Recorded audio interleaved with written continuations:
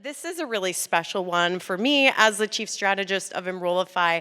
I am just very excited that we were able to pull this panel together. Our topic for our Enrollify panel is transforming enrollment strategies, the intersection of tech, brand, and student recruitment. And I am thrilled to welcome Jaime Hunt and our 4 panelists up to the stage. Let's give them a round of applause. Come on.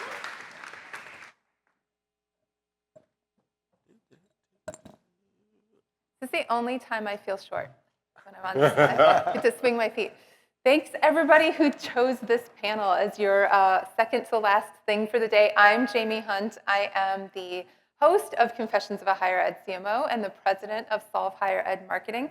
And I'm going to let my panelists introduce themselves. Good afternoon, everyone. My name is Jeremy Tears, and I am the vice president of admissions services for a company called Tudor Collegiate Strategies. Basically, we partner with colleges and universities and train their admissions, enrollment marketing staff, financial aid team, and anybody else on how to get and keep the attention of all the lovely prospective students you're trying to get. And then we also work with colleges on communication flow as well. Hi, everyone. It's really nice to be here with you today. My name is Bryan, and I'm the vice president for enrollment management and marketing at Hartwick College. A few years ago, I earned my doctorate degree at USC, and my research focused on collaboration amongst leaders at higher ed institutions. And I was really concerned about this narrative of who would ever want to be a vice president or a president. And so I was able to partner with Enrollify to create my podcast, Visionary Voices, the College President's Playbook. And during my episodes, I interview a college president and a member of her or his senior leadership team to provide a positive and optimistic view of how collaboration is positively impacting college campuses around the United States. Dustin Ramsdell, host of the Hired Geek podcast for almost 7 years, or over 200 episodes, and I live in Delaware, which I said before. It's always just I'm very proud Delawarean. And I've worked in higher education for over 10 years. Most of that has been in ed tech, I'm excited to be here to have this conversation.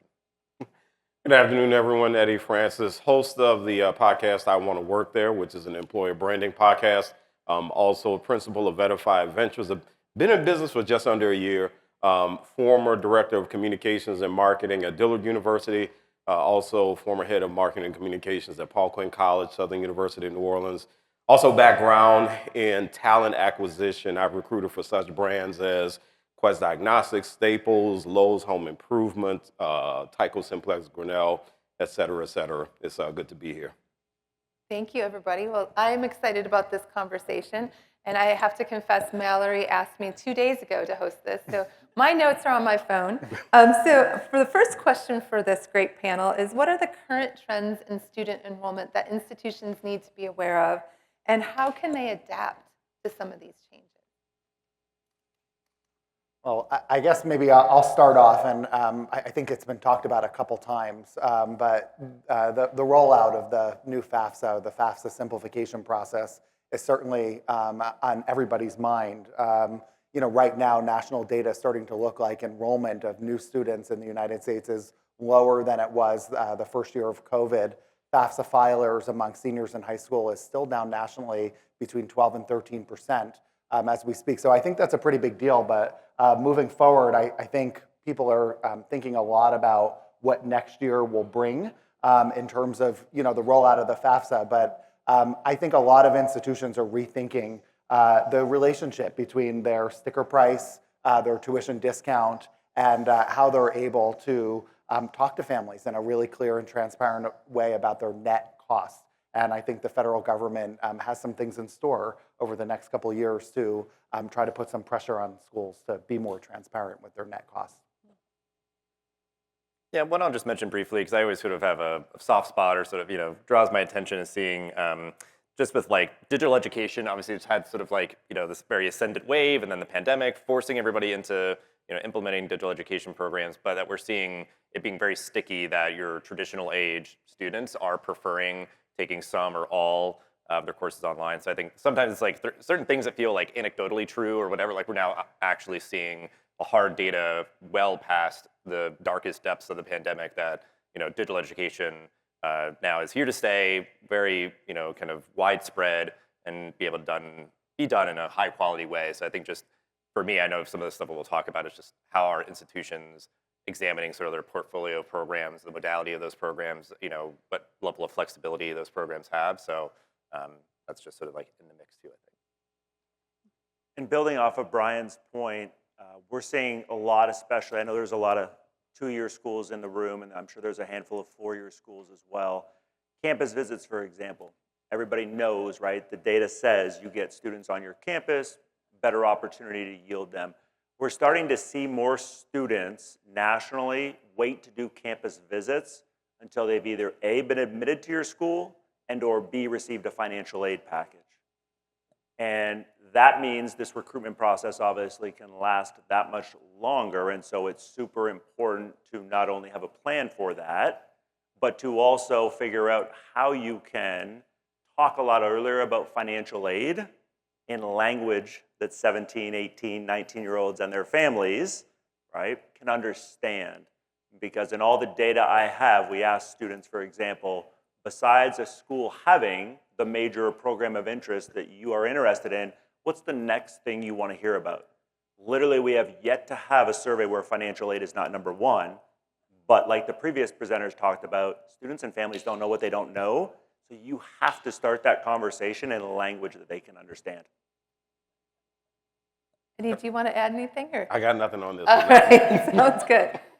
So what do you all see as some of the biggest challenges that institutions are having right now in terms of attracting students? I'll start with this one. Yesterday when we did the lightning talks, I started with this story about a friend of mine who said that he just needed to have warm bodies in his area. And unfortunately, that is a challenge. When you hire warm bodies, that's exactly what you get. And that really damages the employer brand of the institution. But here's the other part. The other part is a lot of times the reason you get warm bodies is because you're paying warm body wages.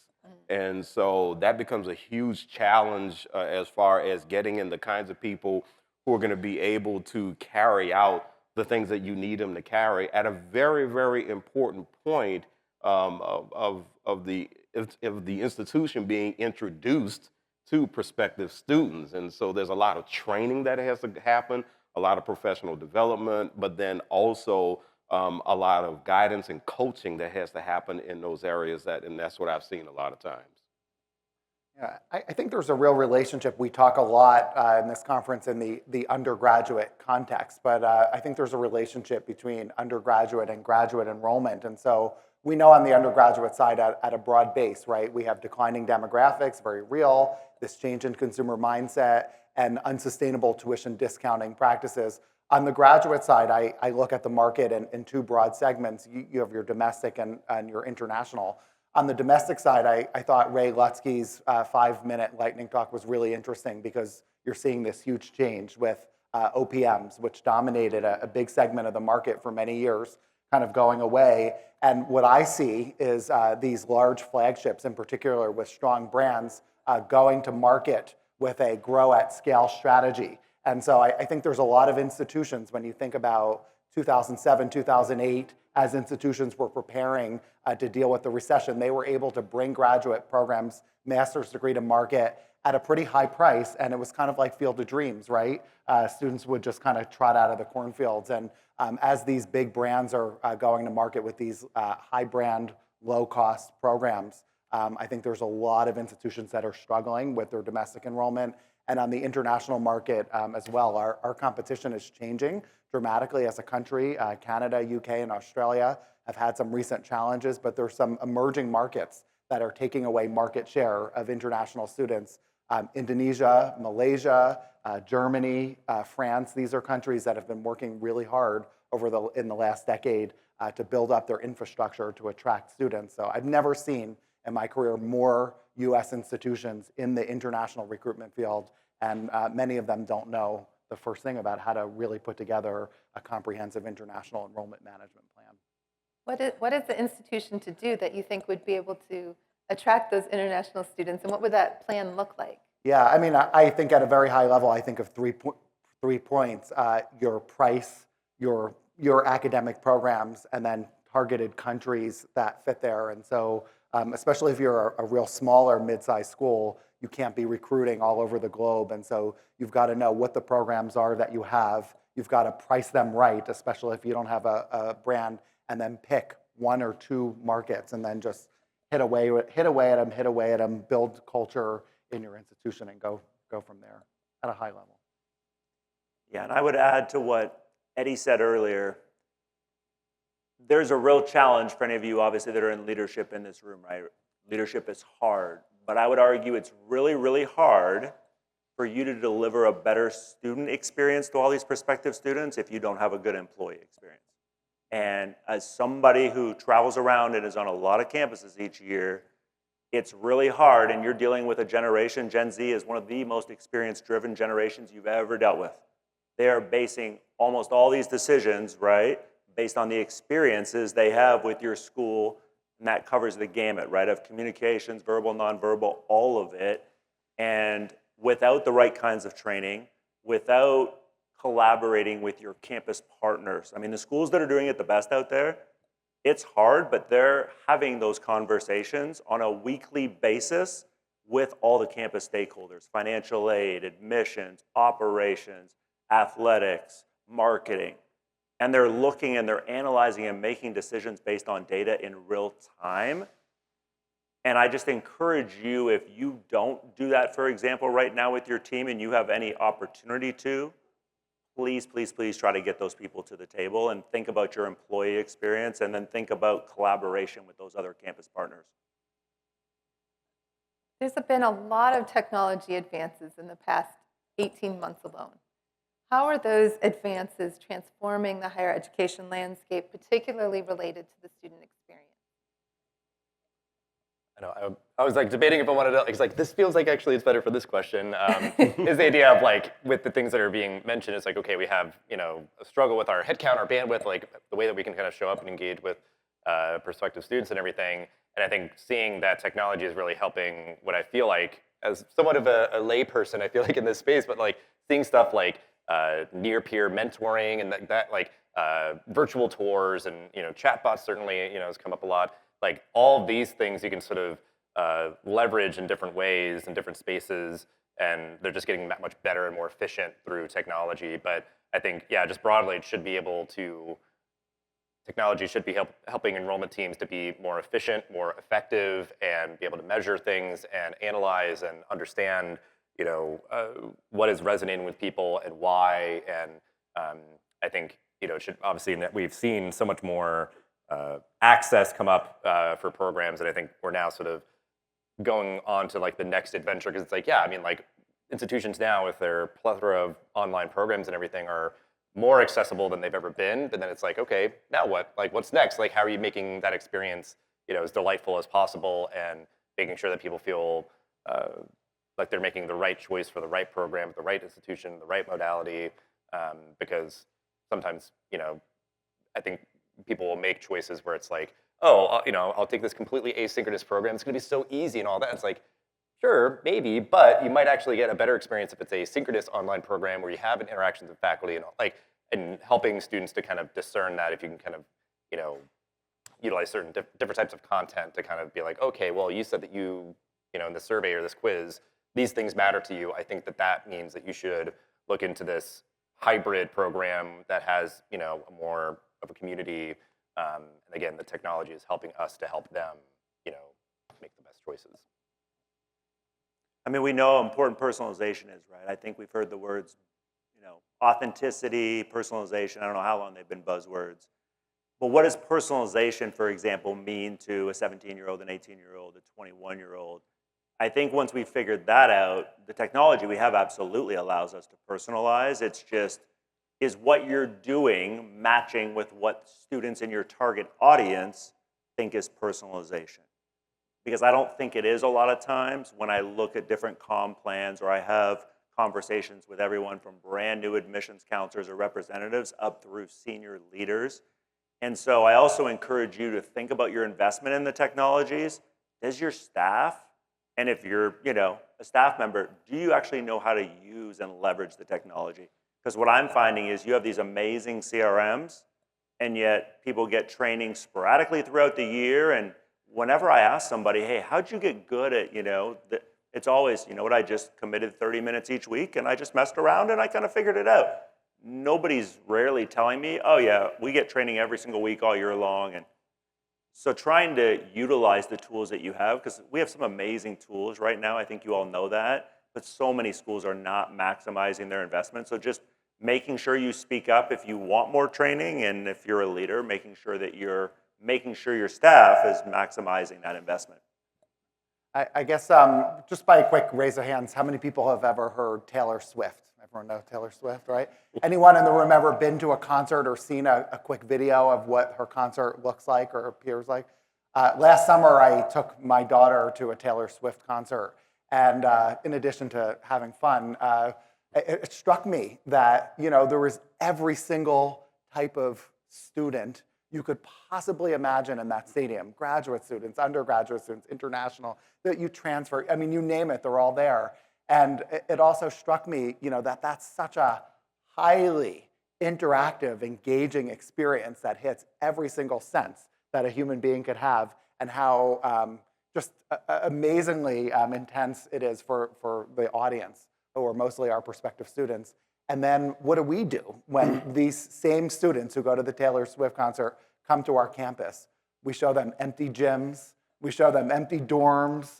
We show them, lackluster facilities. And so I know your question's about technology, but I couldn't help to be thinking about before we try to, get ahead on the most advanced technologies, we spend so much time on that. And, having done consulting for a year before my current role, I was on 22 campuses in 10 months. Almost every single campus, I went on a campus tour, and they all pretty much stunk. I mean, and so I think as we think about advancing technology, we need to be thinking about things like the campus tour and how we could be setting our campus up the way that real estate agents set up, homes when they try to sell them. Yeah. So, Or use like I virtual feel- technology or something. yeah. I feel like you've pre-listened to the next episode of my podcast, which is about the experience economy. And we talk about just that, Yeah, I love that our competition isn't just the other campuses that students are visiting.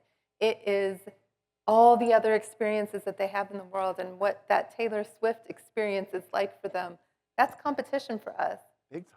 Yeah, and I for decades, I do focus groups with students, and Google in that perspective has ruled the world, and I've paid so much attention to our search engine result page, and the retention and the graduation rate, the acceptance rate that dominates, and I'm just starting to see now, I think with ChatGPT, that high school students are, I think, starting to search a little bit differently, and so maybe Google is going to have to up their game, but that traditional like SERP for college search is going to be a little bit less meaningful, which I think is exciting. Yeah. And I would add social media, for example, right? You need a person, if you don't, in 2024, and I'm not saying this is easy, but you need to advocate, or you need to have a person whose sole job is nothing but social media, right? Students, in this generation, like I do, they want to see more than they want to be told, right? We have a very visual generation, and so when students go to social media, they're not looking for event flyers, they're looking for none of that. They're looking to see those student stories straight from your current students, where it doesn't sound like they've been coached and told what to say, right? How can you do that more as a way to then obviously remove some of the time, we'll say, constraints from your staff? Part of it involves, as we talked about earlier, utilizing the technology we have, and social media, for the most part, right, is still free in a lot of cases. I know a position isn't free, but that's another way to leverage technology and show what a campus is like. To Bryan's point, a lot of students can't visit, right? It's a means, it's a money, it's a time thing. But if you could show on YouTube, if you could show on Reels, on Instagram, on TikTok, all of those platforms, some of the things they would see on a tour, that 100% will suffice in a lot of cases when it comes to helping them figure out the next step if they want to do it. One thing I think is worth mentioning as well, and I don't know, Jeremy or Dustin, I don't know if you hit on this, but asynchronous learning, I think a lot of institutions are really missing a boat on this. I remember years ago talking to folks at one of the institutions and saying, hey, what are we going to do about getting online? And they were just like, oh, no, we're not doing that. Why would we do that? And I'm going, why would we not do it? And so now, just so people know, I teach a course for Southern New Hampshire University. Anybody know how many students they got? 225,000. And what's happening is that their students are trending younger and younger and younger. As a matter of fact, one of the courses that I'm teaching, I have a 21-year-old in that course, and that is not the usual thing for that institution. So now with asynchronous learning, you're having students going, so wait a minute, I can either go to one campus where I have to go to campus or I have to move in a dorm, or I can sit here on my computer or on my phone or my other device in my car and complete an assignment, and I don't have to pay as much as I would have to pay as the other one. And oh, by the way, I don't care about football and basketball season. I just want to get this degree and go on about my business. And so that I think the option of asynchronous learning is something that we tend to undervalue a lot of times, and that is a huge technology win for them right now. And so I think for a lot of other colleges and universities, we have to really, really think more about that and how we can make the learning experience. And we don't like the word convenient, but we do have to think about how we can make it a little bit more convenient for students who don't have to go to the football or basketball game.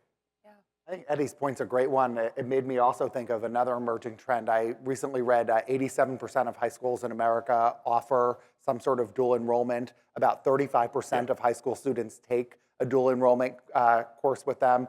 And the staggering thing is 1 in 6 students in community colleges in this country are high school students. So if you think about like the decline in community college students that is oftentimes written about, imagine what it would be if you didn't have the high school students in there. But to your point about the younger students going online, they're taking college courses at a much greater rate in the high school level. So as institutions, again, these are not, well, maybe it is a little bit of technology, but most schools do a really crappy job with, doing the key thing to be transfer friendly, which is at any stage of their inquiry, being able to tell them exactly how many courses will transfer into their degree audit and how long it's going to take them to graduate.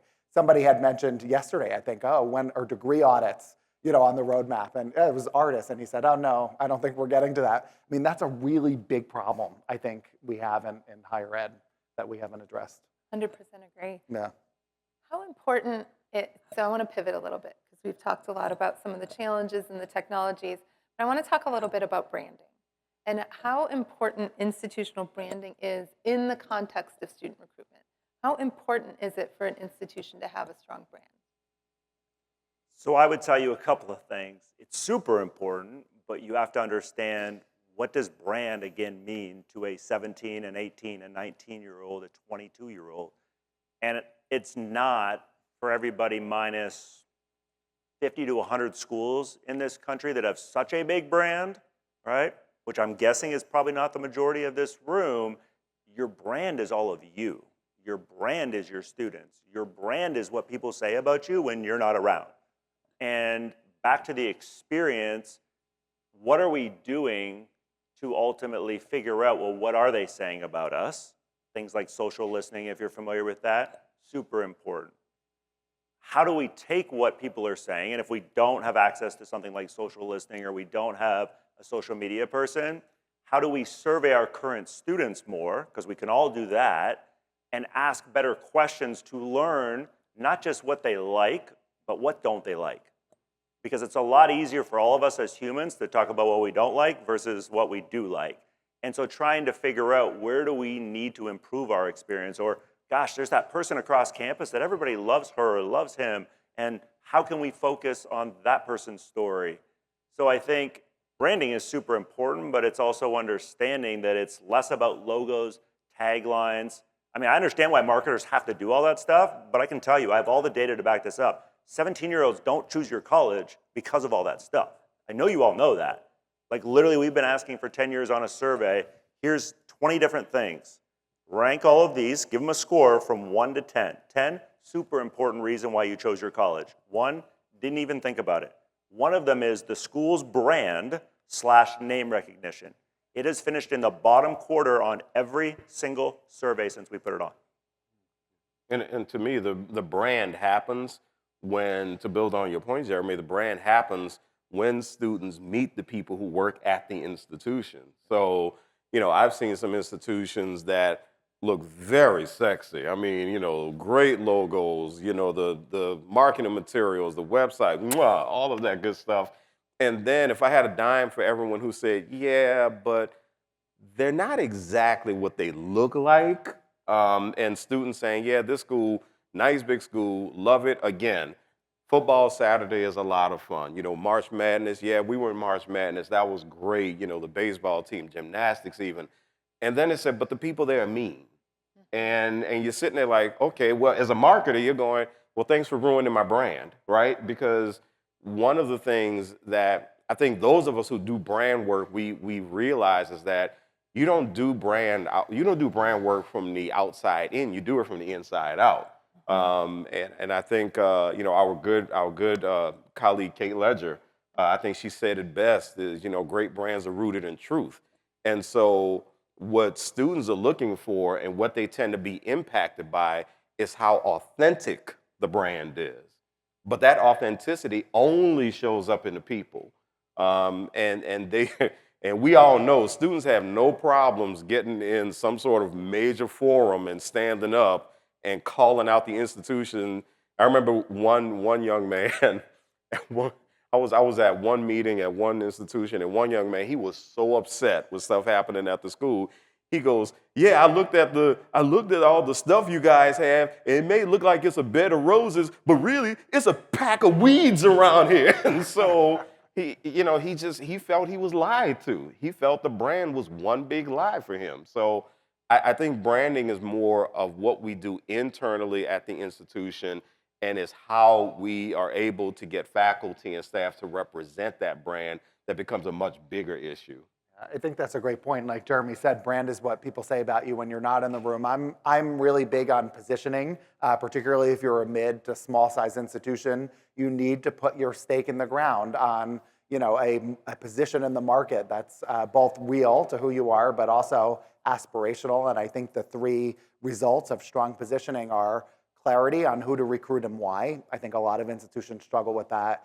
Clarity on where to invest your resources. And then to your point, when you do that, it really does build internal resources, internal pride and morale.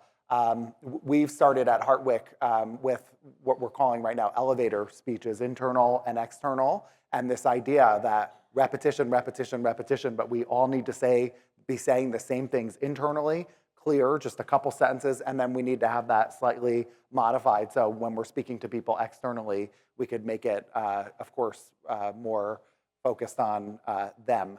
But I have and I'm not going to go into this long-winded explanation, but the market positions of institutions in and of themselves have changed dramatically over the last 30 or 40 years in this country. And now you have right below the elite and highly selectives, which are still in that number one market position, you have flagships, and they're seen as both low cost and extremely high value. And they have the volume of students and the brand reputation, and private institutions of all types have fallen down a peg in terms of their position in this country. Makes sense. When you think about the value proposition and how higher education has slipped in the minds of our consumers, and the Gallup polls that show this trend downward in terms of how people value higher education. Any thoughts around what individual institutions can do? Because my passion is, I think we need to be working together to change that narrative. But in the absence of that, are there things individual institutions can do? I don't. Just to build on that point, it's so interesting. We talk about declining demographics, which, as Bart says in his book, Bart Kaler, which is the book on brand. I mean, highly recommend. But if you think about the declining demographics, we also have a narrative that's not talked about as much, which is last year the number of non-consumers, students who graduated from high school but chose not to enroll, was up by 8% in this country. So we not only have fewer high school graduates, but we have this larger spike of students who are choosing not to go. So to answer your question, I think the other kind of shift in paradigm to overcome these challenges is we're not just recruiting students who are graduates of high school, and we're not just recruiting students who've gone to a year or two of community college. We need to be thinking about programs to recruit students who are, taking gap years or who've gone into the workforce. And it's tougher than it used to be in terms of, corporate partnerships and relations. But we need to be pushing the envelope on all of these different entry points and exit points. Well, and the non-degree completers, like those who didn't graduate, they started college, but they didn't graduate.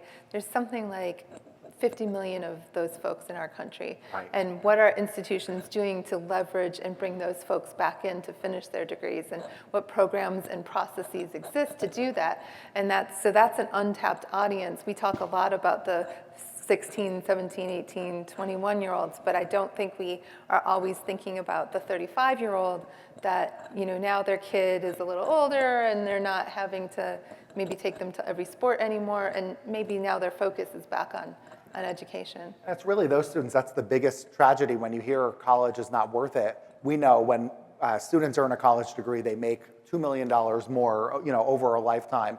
So a college degree is still absolutely worth it. But the data also shows for those stopouts, those who start and don't complete, their earnings over a lifetime are on a much different trajectory. Debt rate is high.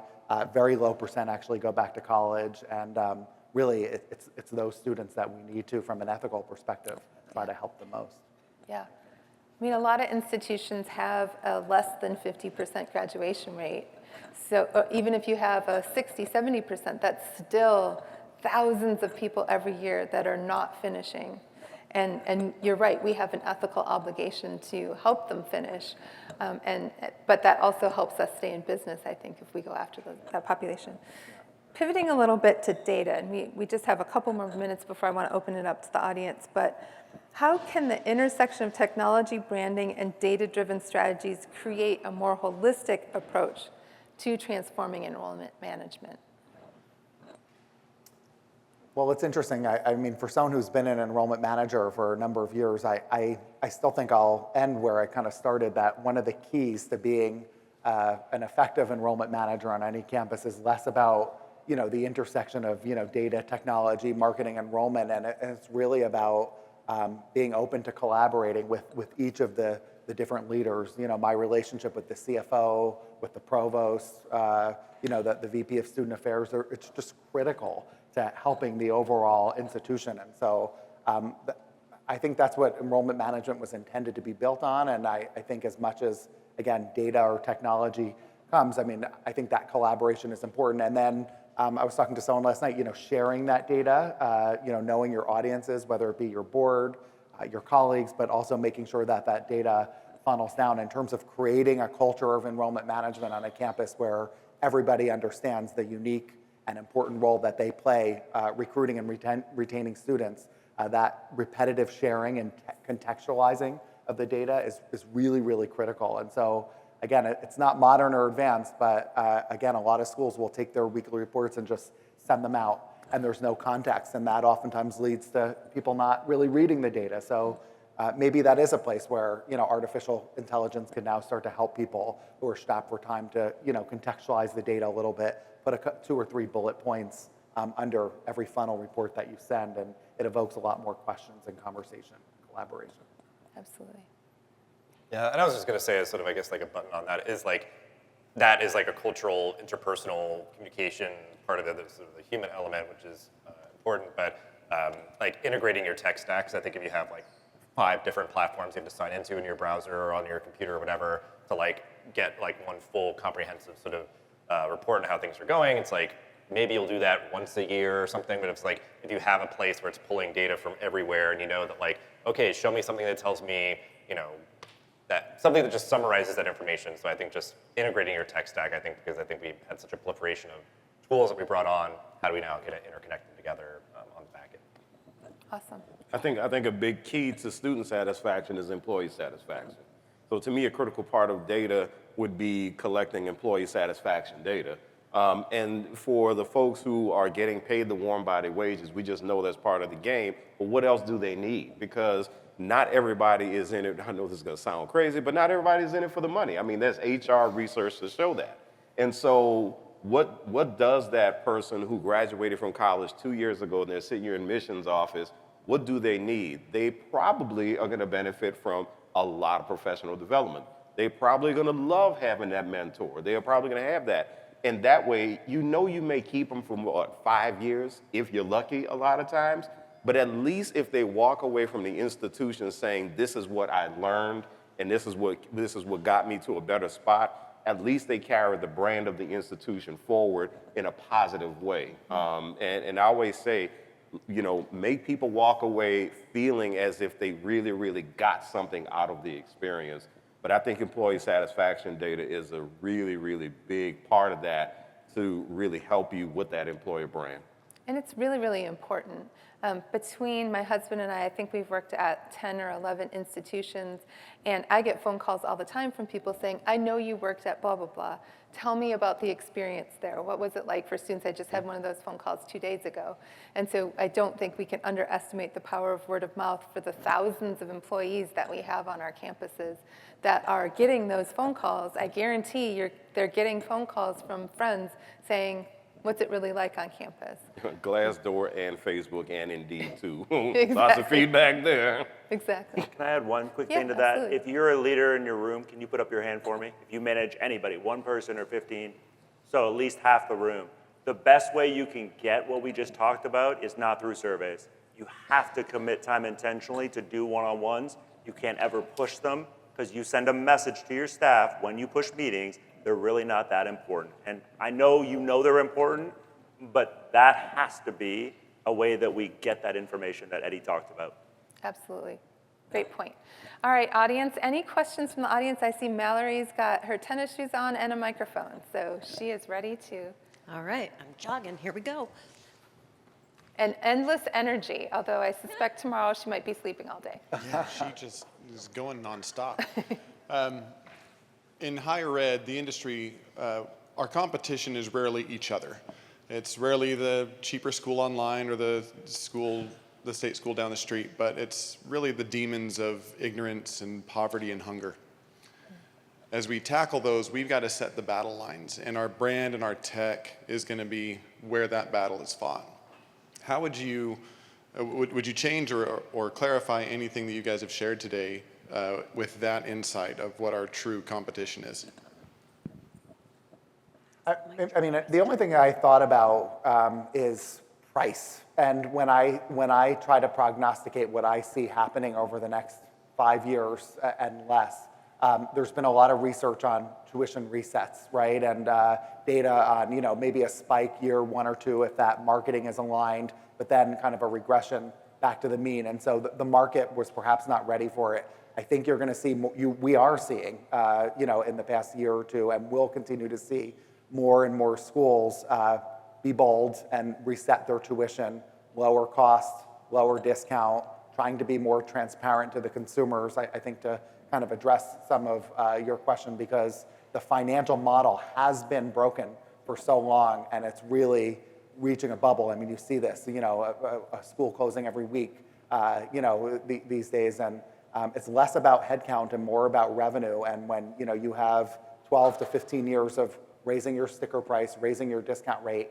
and your net tuition revenue per student going down, that's your clearest sign, the net tuition revenue per student of your market position. And that's the consumer saying, charge what you want, discount what you want, this is what we're willing to pay for your institution. And if schools don't fix that, they're not going to survive. So price. Yeah. I would say time, like, you know, time poverty, and if you're working like, you know, shift jobs and things like that, and if you have to be like shuttling kids around, all these sort of things, like think about how much time does it take to apply? How much time does it take to hear back? How much time does it take to register for classes? You know, like all of that, because it's just like, I think sometimes price, it could be like, well, the price is what it is. Like we could discount it, but certainly nowadays it's like we're kind of hitting that wall. So you might not even really be able to get that student at that time, regardless of what your tuition is. But time, I think, is when there is that sort of like tragedy of like, oh, we had them in, like they applied, but we didn't get back soon enough. They got stuck up and hit some friction when they were trying to apply, and we lost the, like I'm thinking of those moments where they earnestly were trying to pursue their goals and their dreams, and we lost them because of time. Like they didn't have enough time to go through our exhaustive process, or wait around to hear back, after applying. So. Mallory, do we have time for any more? We don't, unfortunately. So panel, stay right where you are. Let's give them a big round of applause. Folks, we have officially made it to the very end of the Engage Summit, but before we go, we have the one and only Jeff Salingo, who will be, he will be giving us a final keynote, and it is not to be missed. So